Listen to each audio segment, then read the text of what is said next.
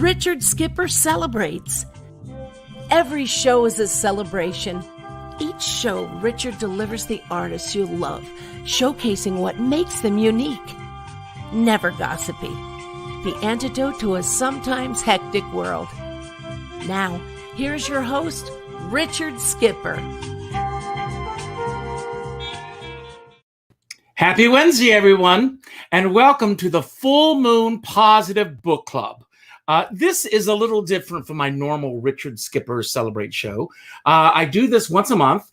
I started doing this prior to COVID as an event in a local coffee shop in Rockland County, New York, where I live. And then the pandemic hit. And like most people, I rushed to the internet and started doing this once a month. So my goal is to spread positivity from full moon to full moon and keep that positivity flowing at all times. Now, we don't always celebrate a particular book. Sometimes I will bring someone on because I feel that they are perfect for the theme that we're talking about. And of course, today is the super moon. It is the flower moon, called by our Native Americans because Mayflowers, let's face it. And there is also going to be an eclipse today. But I'd like to introduce you right now to Terence Guardino. And I'll tell you, it was boobs that brought us together. And I will explain that. Last Friday night, I did a celebration of the musical Boobs, which was celebrating its 18th anniversary. And Lawrence Loritz and I were talking in the afternoon, and he told me that he had just had a conversation with Terence Guardino, world-renowned astrologist. And I said, oh my God. I didn't jump out and ask him if he would do the show today when we spoke, because I wanted him to get a sense of what my show was like.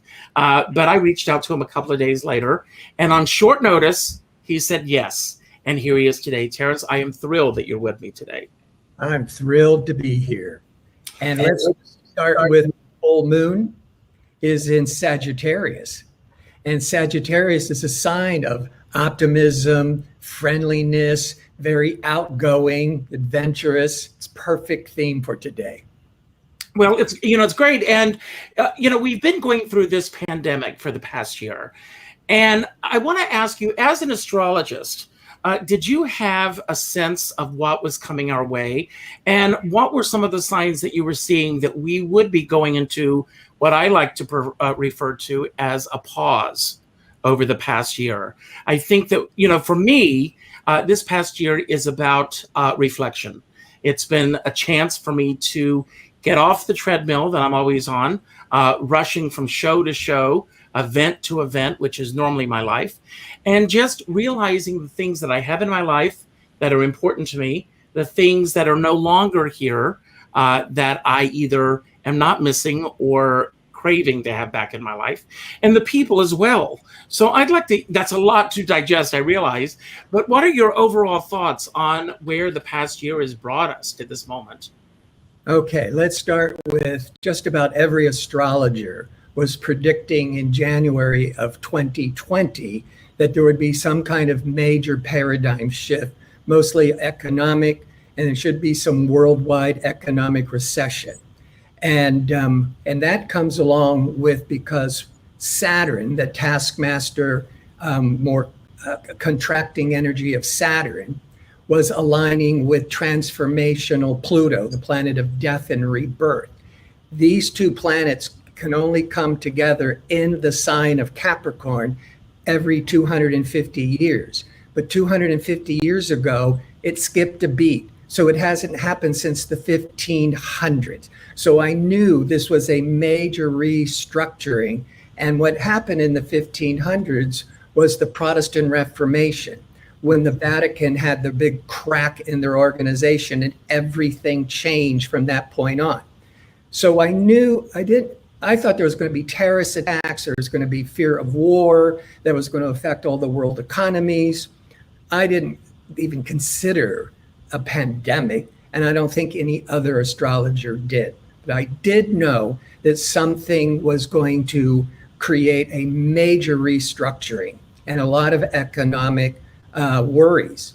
But then when I found out in March, it's a virus. And I was like, oh, this is really surreal. Um, but then I remembered, oh, but don't worry. Jupiter, expansive lucky Jupiter, is going to align with Saturn in December of 2020. Jupiter and Saturn align every 20 years. In fact, you were born, Richard, with Jupiter and Saturn in alignment, which is a good thing. Now, this Jupiter-Saturn indicates a new economic cycle, new growth, new economic growth. So I thought to myself, there can't be any worldwide economic growth without a vaccine. So I, on a couple of my videos back March or April, I predicted not that we would be having vaccines, because that was unheard of in the past, that you would have a vaccine develop in less than a year. But I said we would know, we would have really exciting news about a promising vaccine trial. And then it would start to uplift all the stock market, and people would get excited and start spending money because there would be hope. And I said that would start in December of 2020. Blew my mind that we had a vaccine injected in December 2020. Amazing. Absolutely amazing. What is the biggest impact that this past year has had on you beyond the obvious things that we're all going through right now? How has this past year shaped you, and how have you shaped what's going on around you? Oh my God, a lot of loneliness. There was a blessing for me because I was so cooped up in my apartment. I have two major parks across the street from my apartment complex. So I started to walk from one end of the park to the other, and it would take me 1 hour.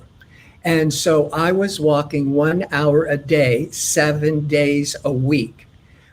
Then later I realized that when I went to the gym and I would do the treadmill, I would usually just do an hour a week, maybe an hour and a half a week. So now I'm doing 7 times more walking or aerobics, and without getting too personal with my health, I had in the past several years had become pre-diabetic. But after all that walking, I'm back to normal. My cholesterol was always a little bit too high. It's now back to normal. So the fact that I could have just kept going to the gym and always have been pre-diabetic and high cholesterol, but because I started walking every day for just an hour, I'm healthier than I've ever been. That's incredible. I'm involved in a book group, and we meet every Wednesday night. I have a meeting tonight based on, it started with Julia Cameron's The Artist Way. Yes. And now the book is The Listening Path. I don't know if you've read it, but it's all about walking and increasing walking in our lives. And she talks about the aha moments that come as a result of us just not walking around with headsets on or anything, listening to the birds, listening to whatever sounds you're hearing, but walking along, and those aha moments. Do you find that you're having a lot of aha moments as you're walking around? Well, I've known this for decades. I was fortunate to meet this master guru in the 80s, and he was saying that the best spiritual practice is walking in nature, and it's free. And I've had the most profound experiences just being in nature by myself. And when I do my walks through the park, information just comes to me, and it is this, oh yeah, I forgot about this, and oh yes, and let's do that, right. Now, I want to talk a little bit about your path that led to where you are right now. Are you originally from California? I know that's where you live now. No. I have an interesting life, I suppose. I was a military brat, and so I was born in Hawaii. But my first memories are growing up in Japan, and then going on to Guam. And then my father decided to quit the Navy. And the next thing I know, I ended up in upstate New York. So in my early years, I had always wanted to live in New York City. So in my early 20s, I moved to New York City, and that's when I discovered doing astrology full time as a professional. And then after 8 years, I decided I can't do New York. Love to visit New York. I go to New York all the time, but you can't be comfortable in New York being middle class.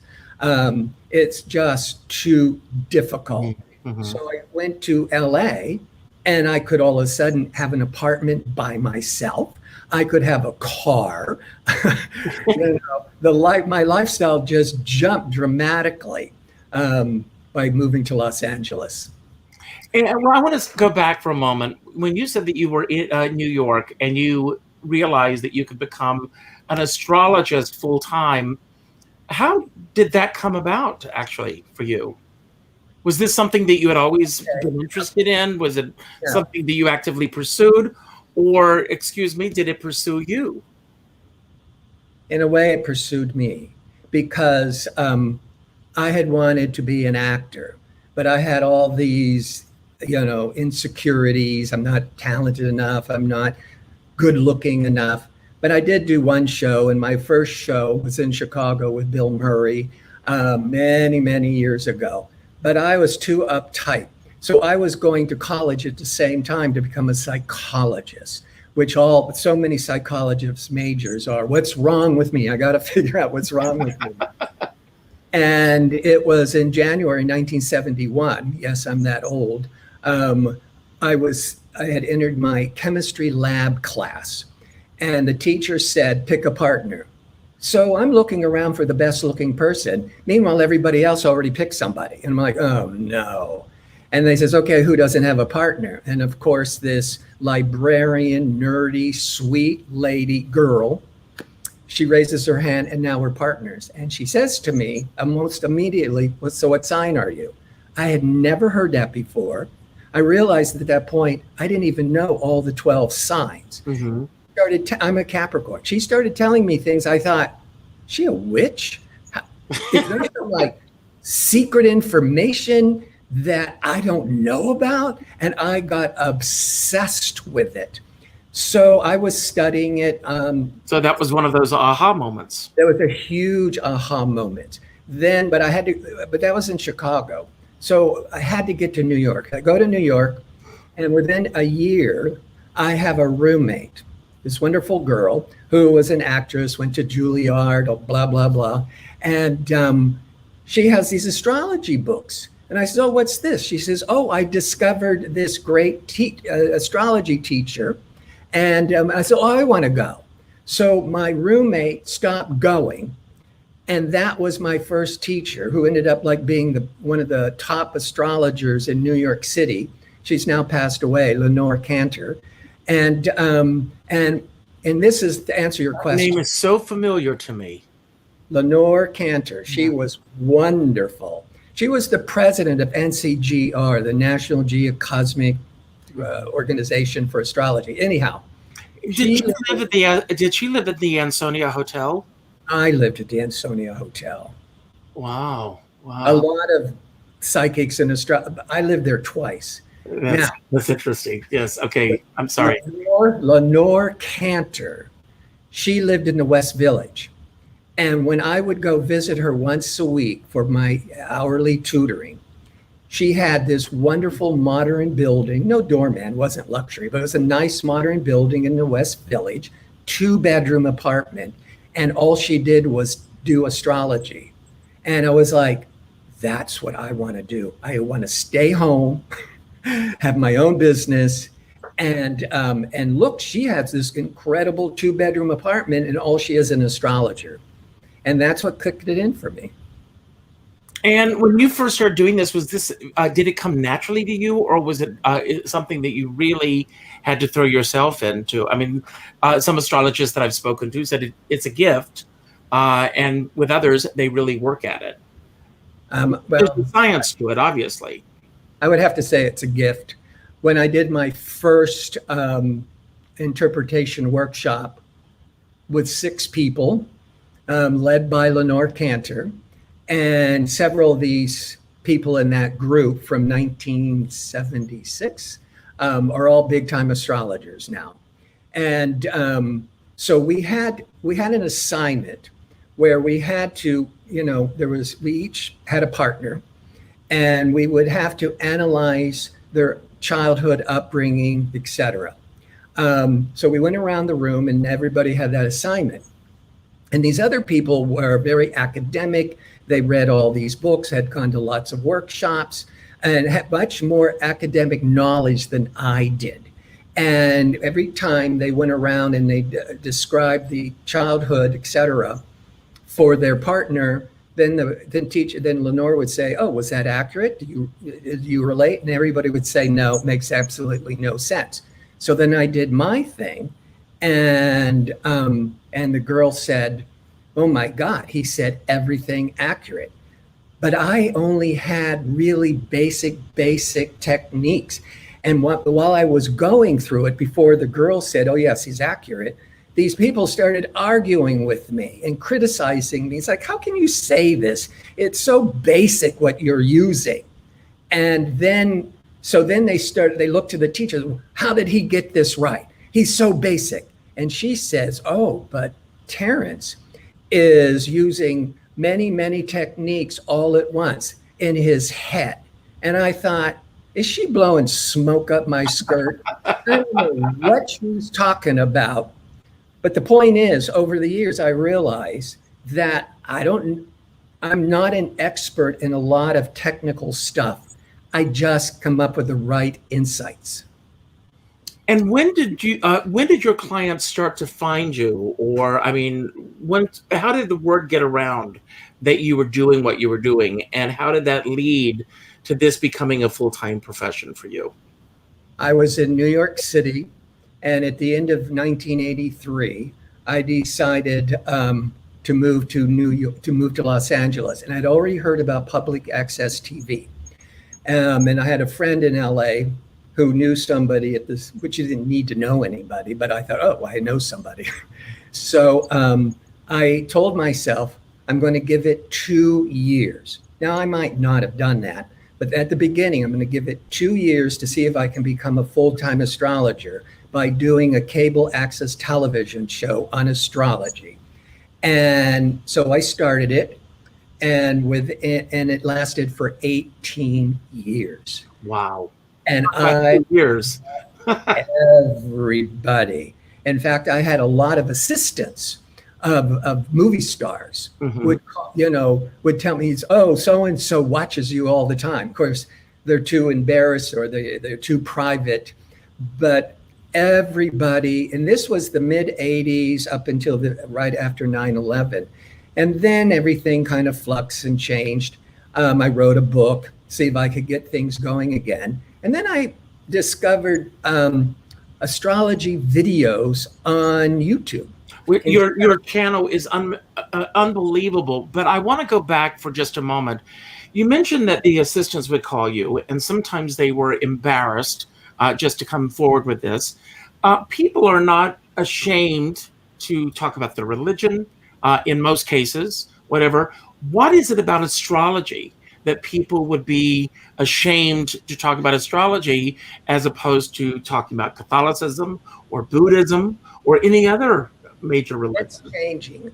And I tell you, YouTube is really bringing astrology out of the closet and making it so much more acceptable. But there was a certain amount of kookiness if you go to an astrologer. But the other thing is, this was my theory, is it can get really personal. And people, they have their act and they have their image. And I can look at the astrology chart and bust up the act. Now, I have met with some pretty famous people. They do not recommend, they don't refer me, because if they refer their other movie star friends to me, then they're afraid. I'm surmising that they're afraid that I'm going to spill the beans, which I would never, ever do. But that's a theory I have. And so you're starting to build up this reputation for yourself.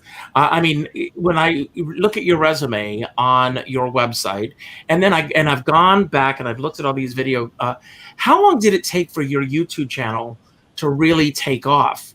And I mean, it's amazing because you're getting over 1,000 hits with every video. Oh, well no. over. It used to be it averaged 10 to 12,000 hits per every video. It's calmed down a little bit because there's so much competition now. Mm-hmm. It was going all right from 2006. And then in 2013, now I'm averaging 30,000 views a month. I'm thinking, oh, that's pretty good. But I didn't think much of it. And I'm really not making a whole lot of extra money, but I'm keeping relevant.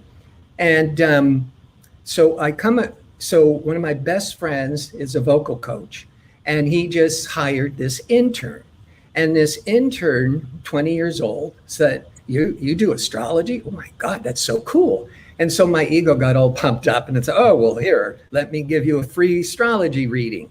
And the next day he came back to me and he said, I went on YouTube and was checking out all the other astrologers. And you're as good, if not better, than most of these astrologers. But these other astrologers are having, 100,000 views a month and more, and you're having 30. He goes, let me help you. And with less than 6 months, I went from 30,000 views a month to 150,000 views a month. And by the end of that year, my income had doubled. The next year, my income had tripled. And it all was because of a 20-year-old, social platform savvy genius. Because he said I did it was like my producer. He's and my director. He says, you have the wrong camera, you have the wrong format. He just had all the tricks of the trade, and he changed everything for me. Now, I want to go to the basics of where you describe yourself as a Vedic and Western astrologer. Can you tell our viewers what the difference is and how you got involved in those two modalities? Well, I've been started with Western astrology since the 1970s. So it was 11 some years ago. I was bored out of my mind. I was going through a period where I was constantly reading. I saw an old Vedic astrology book in my bookcase. I remember, oh yeah, I think I bought this like 10 years ago, but I never read it. This time I opened it up and I'm obsessed with it. And then I started going on Amazon and ordering every Vedic astrology book. And within 5 months, I went to New Delhi and studied for 2 weeks with this master teacher. What caught my attention, what the difference is, the big difference between Western astrology and Vedic astrology is they use two different zodiacs. What Vedic astrology uses the true zodiac, the real zodiac, called the sidereal zodiac. In other words, if you look at the sun and it will be in a constellation, and that's the sign it's in, but that's the true sign. In Western astrology, they don't use the true zodiac. In fact, on the first day of spring, which should be 0 degrees of Aries, right? Mm-hmm. If you look at the telescope, the sun should be right at the doorstep at the beginning of the zodiac of Aries, correct? Exactly. But no, it's still in the sign of Pisces, because Western astrology uses the tropical zodiac, which is based on the movement of the sun, has nothing to do with the signs and the constellations. But for some reason, Western astrology seems to be a lot easier or better for counseling, knowing your strengths, your weaknesses, all your talents. So when I was reading this book on Vedic astrology, I thought, oh, the sidereal zodiac, that's interesting. But what grabbed me is they have this predictive technique called planetary periods or dasha periods. Mm-hmm. And this was really important because in Western astrology, I will look at some major transits, Pluto, Neptune, Uranus, see what they're doing in your horoscope. and they'll go back and forth. They'll go forwards, they'll go backwards. It's called retrograde motions. So it could be some life-changing influences for up to 2 years. I also do a birthday chart called the solar return chart, which is like the main chart, which is a blueprint of your whole life. But the solar return chart is a blueprint for 12 months. So then I was getting frustrated over the years because people would say, oh, this is really great. How's this going to turn out in 5 years? I said, well, I have to redo the solar return chart. I've got to look up these transits. I've got to look up all new progressions. I have to get back to you. Then I discovered in Vedic astrology, they already divide the life into 9 main periods, influenced by the 9 planets in the chart that don't include Pluto, Neptune, Uranus. So I can look from the day they were born to, a possibility of one person may pass away and see what period they're in. And that just tells me I did it for you, as a matter of fact. You're in we'll get to it later. You're in a very successful period that lasts for 18 years. Well, that's nice to hear. Thank you for that. So Vedic astrology can get a big, broader perspective.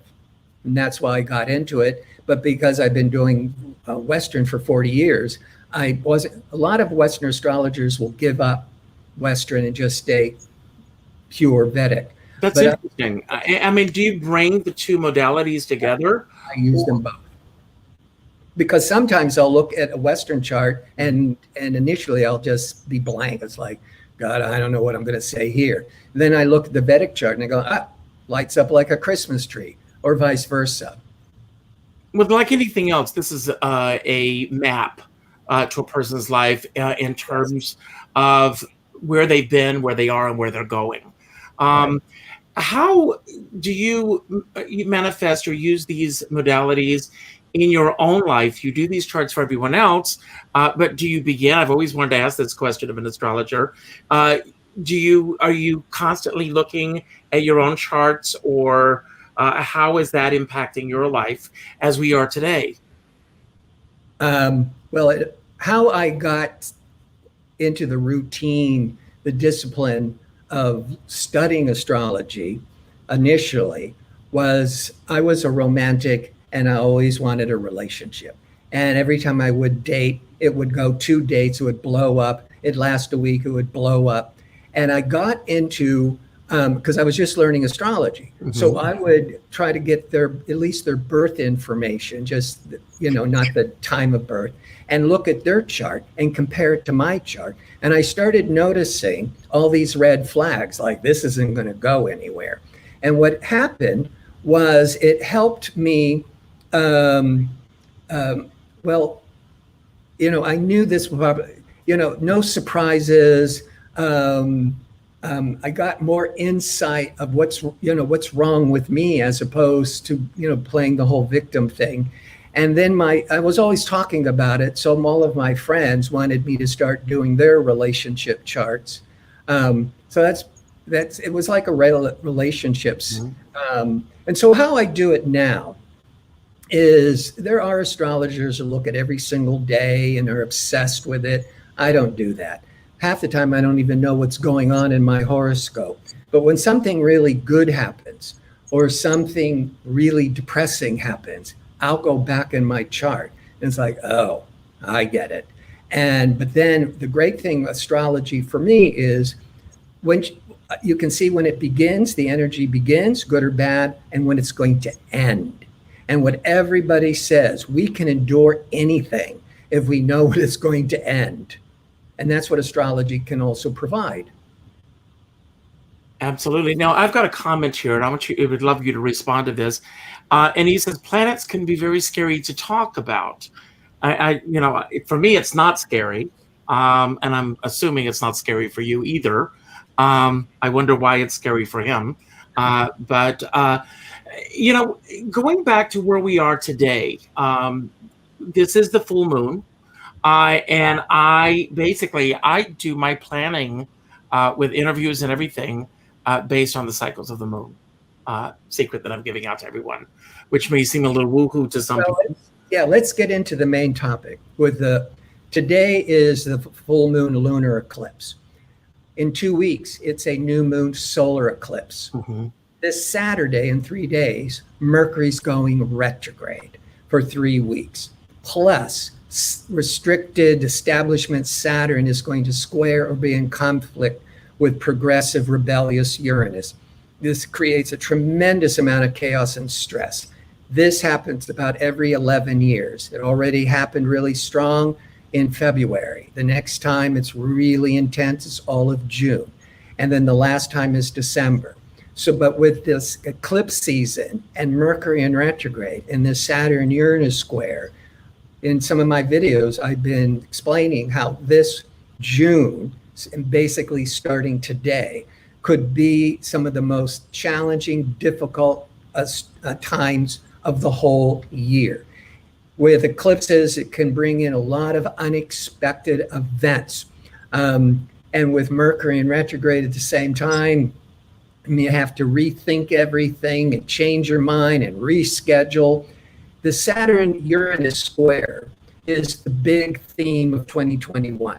It was that Saturn-Pluto, the paradigm shift I knew was going to be terrible economically for the world. This year, it's the Saturn squaring Uranus. Now, very simply, Saturn represents the establishment, the old guard government. But it's in conflict with rebellious Uranus. And that's, so this is also really explaining where, not just in the United States and with our Democrat and Republicans, but there's the right guard, the right is really resisting the left. I just see this as the old establishment Saturn is really resisting progress, technology, and science, which represents Uranus. And so it's creating all this chaos. But progress, technology, and science is going to win out. Democracy, this is a real scary thing in America right now, but democracy is going to win out because Uranus is represented by Aquarius, or Uranus is the planet associated with democracy, because Uranus was discovered in the heavens in 1781 at the time of the French and American revolutions, which was the regular people overthrowing the monarchies and creating and fighting for personal freedoms and developing the middle class. So when Uranus came into the consciousness of mankind, so did personal freedoms and democracy. And so Uranus is that planet of democracy, and Saturn is trying to threaten it, right? Which is what we're seeing in the news. But Saturn is in the sign of Aquarius from the end of this past year, these next 2 years, once every 30 years. Aquarius is the sign ruled by Uranus. So Saturn is really resisting being in Aquarius, but the whole cycle is about slowly accepting and getting used to democracy, technologies, and all these freedoms. So it's the progress is going to win. Democracy is going to win. There's where they're trying to restrict all these voter rights for 2022. Something's going to happen. Either the federal government's going to be able to have that bill, which seems like that's impossible, or that like what Stacey Abrams did, just people would just get every single person out to vote in 2022, regardless of all the voting restrictions, and democracy will win. Well, I'd like to go back to talk a little bit about Mercury retrograde. Mercury retrograde is something that we're all familiar with. And as soon as people begin to think of Mercury retrograde, most people go into panic mode. I have, tried to look at the opposite end of that and figure out what life lessons I can glean from that time frame that I'm going through. If you can give us your thoughts on Mercury retrograde. It is a time. Mercury is decision making, what you're expecting, planning, and it's moving forwards. Then 3 times a year for about 3 weeks, it appears that an optical illusion to be going backwards, which basically means stop looking forwards with all these new plans and goals. Let's take a break and reflect and retool and to fine tune all of our previous expectations. Now, Mercury in retrograde is not the kiss of death. They says it's attributed to Murphy's Law. If anything's going to go wrong, it's going to go wrong during Mercury in retrograde. But I've seen many times, it's like there's been a couple of times.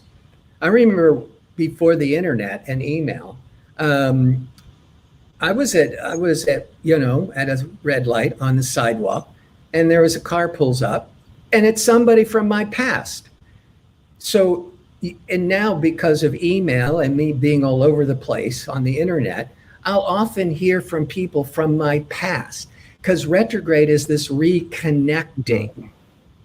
And sometimes you could be expecting the worst case scenario, and it's the best case scenario could come through.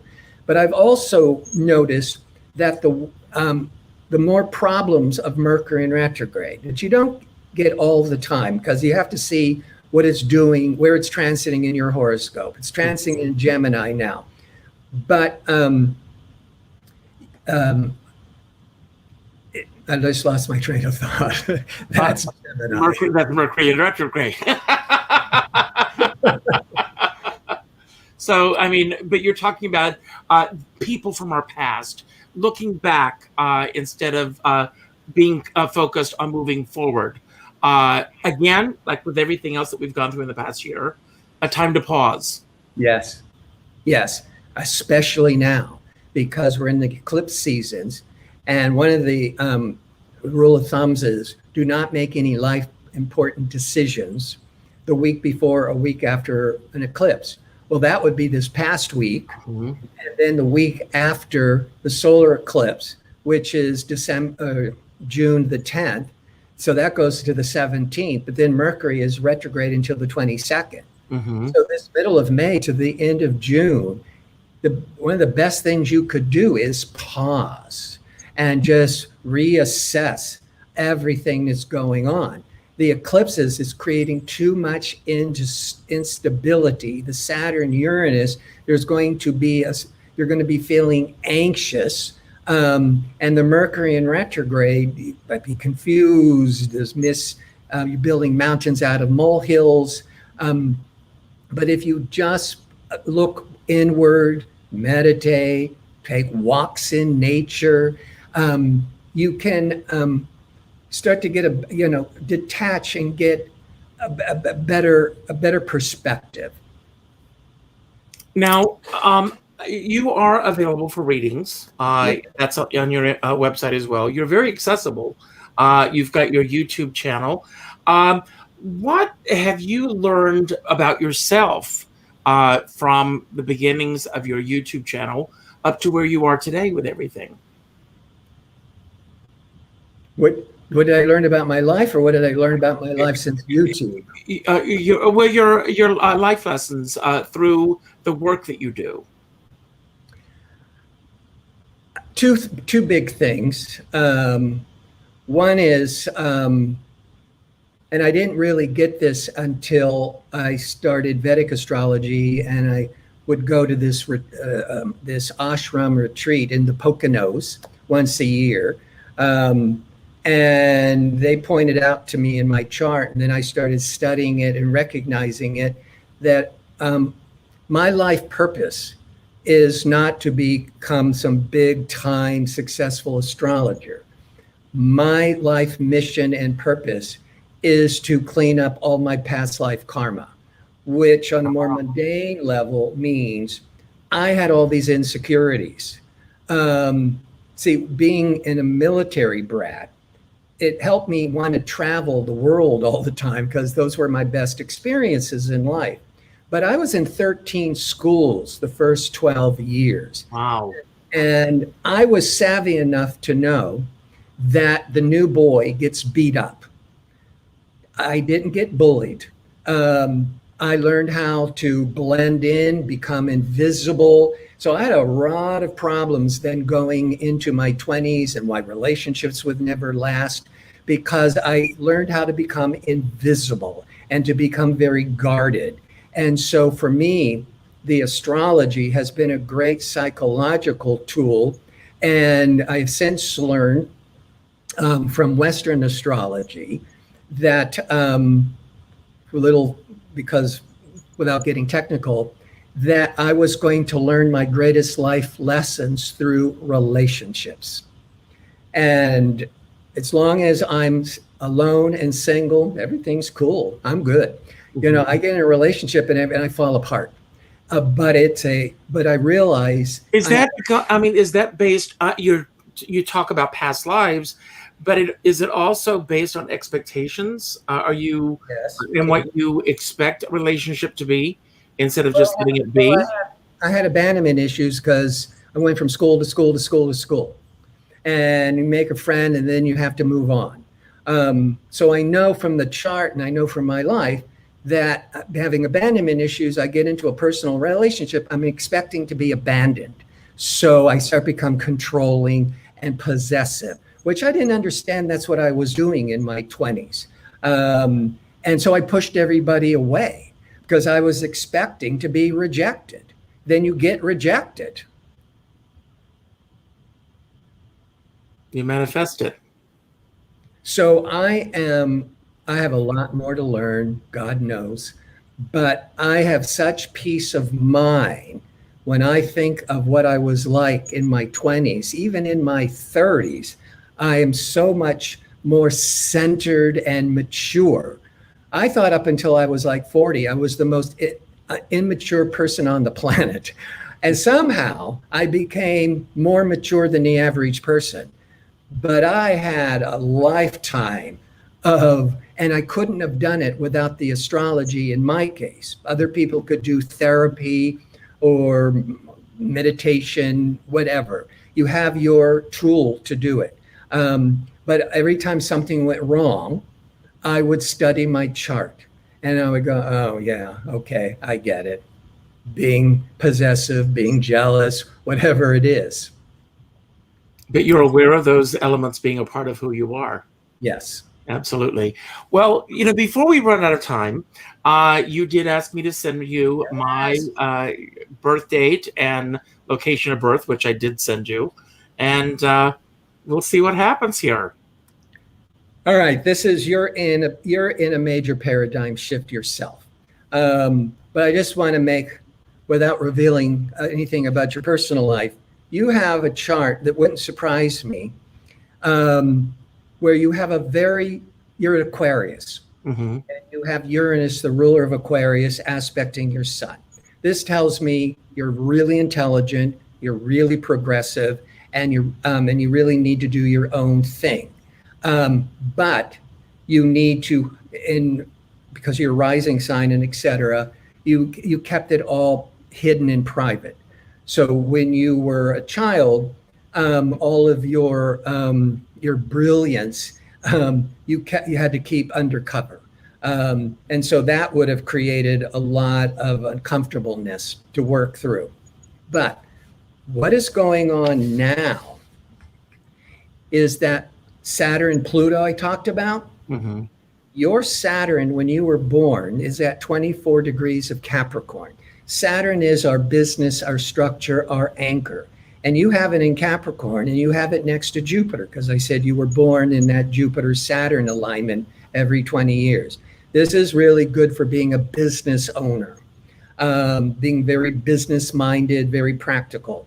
But transformational Pluto is a 245-year cycle around the solar system, around the horoscope. And when the pandemic hit, Pluto started to cross your Saturn. And the last time, because it goes forwards and backwards, is this late summer, early fall.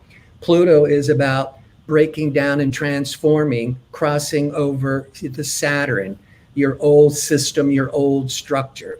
So this is, the old is leaving, the new wants to come in, but it could be really stressful. At the same time, Jupiter is a 12-year cycle. Jupiter is expansiveness and optimism. Jupiter is in Aquarius this year. You are an Aquarius.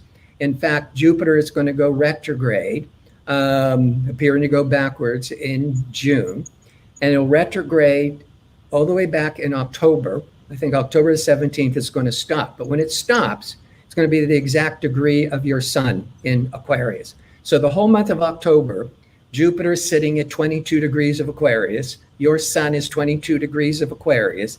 This is bringing so much opportunity for growth and luck. Now, your Jupiter, Saturn, and your sun are all in your third house of communications and broadcasting and acting and writing. So this, what you're doing is you're on the right path, but something happened last year that maybe it was the pandemic that was compelling you to restructure what you're doing. And this year with the Jupiter, you might be feeling a little optimistic, trying some new things. But when that Jupiter stops, which is right on your sun in October, there's going to be some real luck and growth for you. And this could be with publishing, media, broadcasting, and it's all part of then opening up doors for the next whole new chapter. Does this make any sense? Absolutely, it makes sense. You're right on the you're right on the nose with that one. Absolutely, absolutely. Also, the last December was a solar eclipse, and it was right on your moon in your on your second in your moon's in your second house of income, and so this whole year, particularly the first 6 months, a lot of big changes in the way you make money. But the moon in the second house is usually making money through the public, because the moon can deal with the public.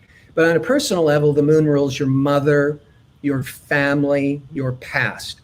And this eclipse will be on the moon once every 19 years. So you're also been really having to deal with or reflect on your past or family matters.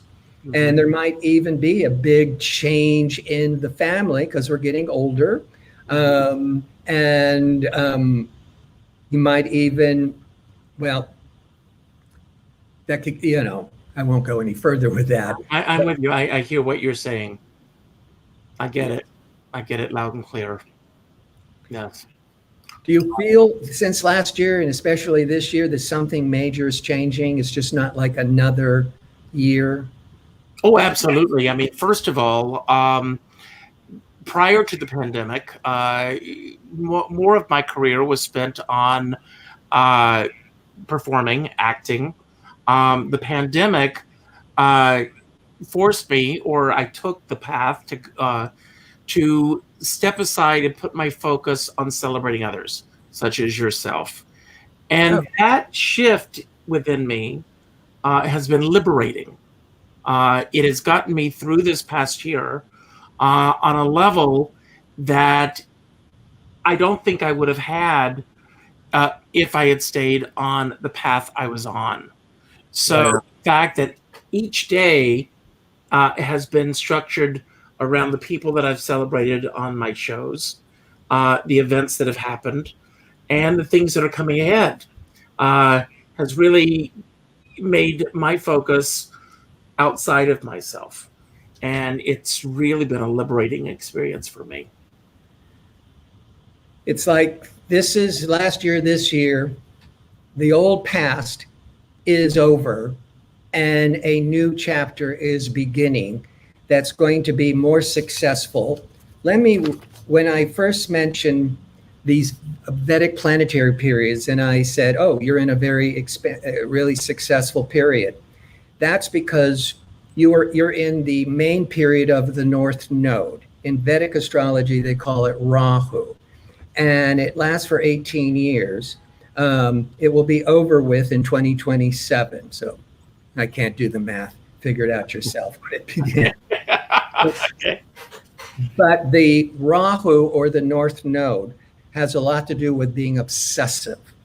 but you have it in one of the best places in your chart when you were born, in the 11th house of financial gains and achievement, and being really obsessed to break out of being smaller and going much bigger.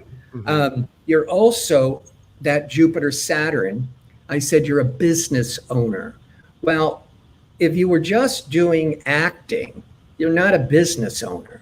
But if you're having, you're becoming a TV host, then this is your own production company, your own business. You're more in control than being an actor.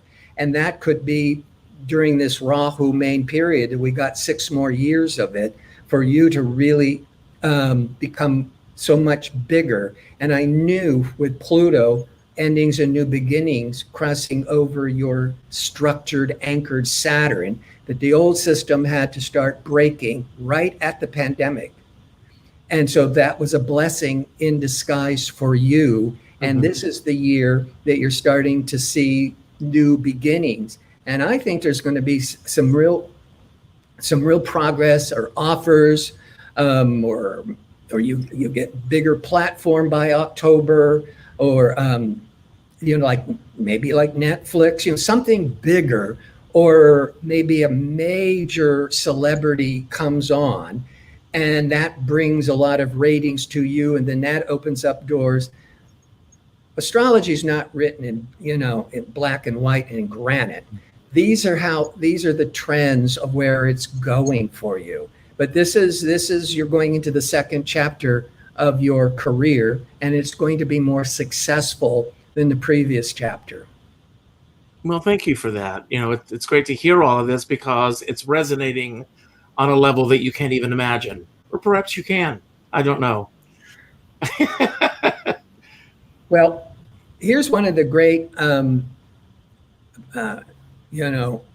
assets. I don't know I'm losing the word, of astrology. The gifts of astrology is like yesterday.